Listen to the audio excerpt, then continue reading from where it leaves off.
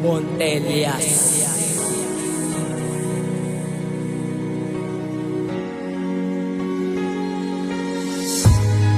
Solidong pangkat 29 para sa inyong lahat ko. 429.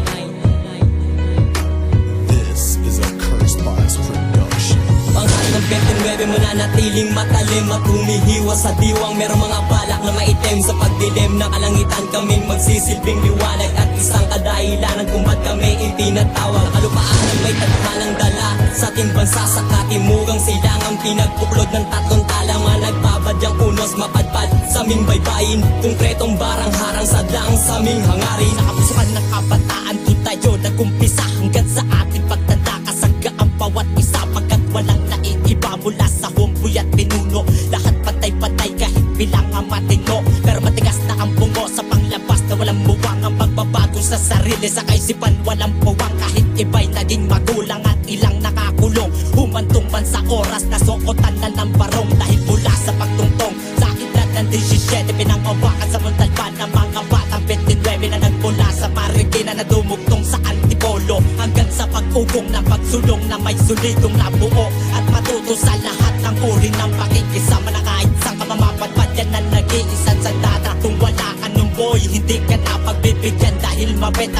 ka, meron ka ng paglalagyan. Ng 29 mananatiling matalim at humihiwa sa diwang. Merong mga balak na maitim sa pagdilim ng kalangitan. Kaming magsisilbing liwanag at isang kadahilanan kung ba't kami itinatawag. Kalupaan ang may tadhanang dala sa ating bansa sa katimugang silangang pinagpuklod ng tatlong talaman. Nagbabadyang unos mapadpad sa aming baybayin. Konkretong barang harang sadlang sa aming hangarin. Inubog ang sarili sa pakikipagbuno sa mga taong sanay na makipagbasag ng bungo. At sa likod ng lahat, merong karmang nakalaan. Dahil naranasang kumamban at dinanas ko din banatan. Dahil lamang sa formahan, pera, babae at pangalan. Handang makipagsabayan para lang sa kapatiran. Tanging batuan at butukan ng iyong maririnig. At bumabalot na takot na pilit nung dinadaig. Yumayanig sa pandinig na pumupuo sa pagkatao. Literal na gumugunaw sa tahimik mundo. Na kung iyong pagmamasdan ay walang kabuluhan. Kahit sang anggulo tignan, diba?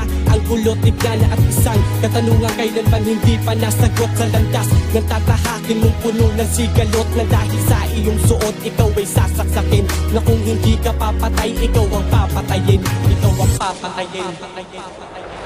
Pangkat ng 29 mananatiling matalim at humihiwa sa diwang. Merong mga balak na maitim sa pagdilim ng kalangitan. Kaming magsisilbing liwanag at isang kadahilanan kung ba't kami itinatawag. Kalupaan ang may tadhanang dala sa ating bansa sa katimugang silangang pinagpuklod ng tatlong talaman. Nagbabadyang unos mapadpad sa aming baybayin. Konkretong barang harang sadlang sa aming hangarin. Sa pinasok kong larangan, marami sa aking humaharang. May mga gustong kumalabang kasi takot ng masapawan. Pero hindi ako nagpadaig, takip ng tenga-tik ko mamibig. Upang ang dugo ay may waksan na muling dumanak sa tinatapakan sahig. Na kung saan mati sila namang istambay sa lansangan. Na hindi mo tiyak ang kinabukasan dahil sa mga bisyo hindi maiwasan. Lagi mong tatandaan sa kalsadang nilalakaran. Respeto ang kailangan upang hindi ka maupakan. Ano ba ang dapat na gawin upang hindi ka mapag-iwanan ng mga kaibigan at mga naging kasabayan? Kung pinagpipilitan mo pa rin ang mga mali ay maging tama, wag mo nang hantayin na kami sa'yo'y magsawa. Walang mapapala kung puro lamang kayabangan.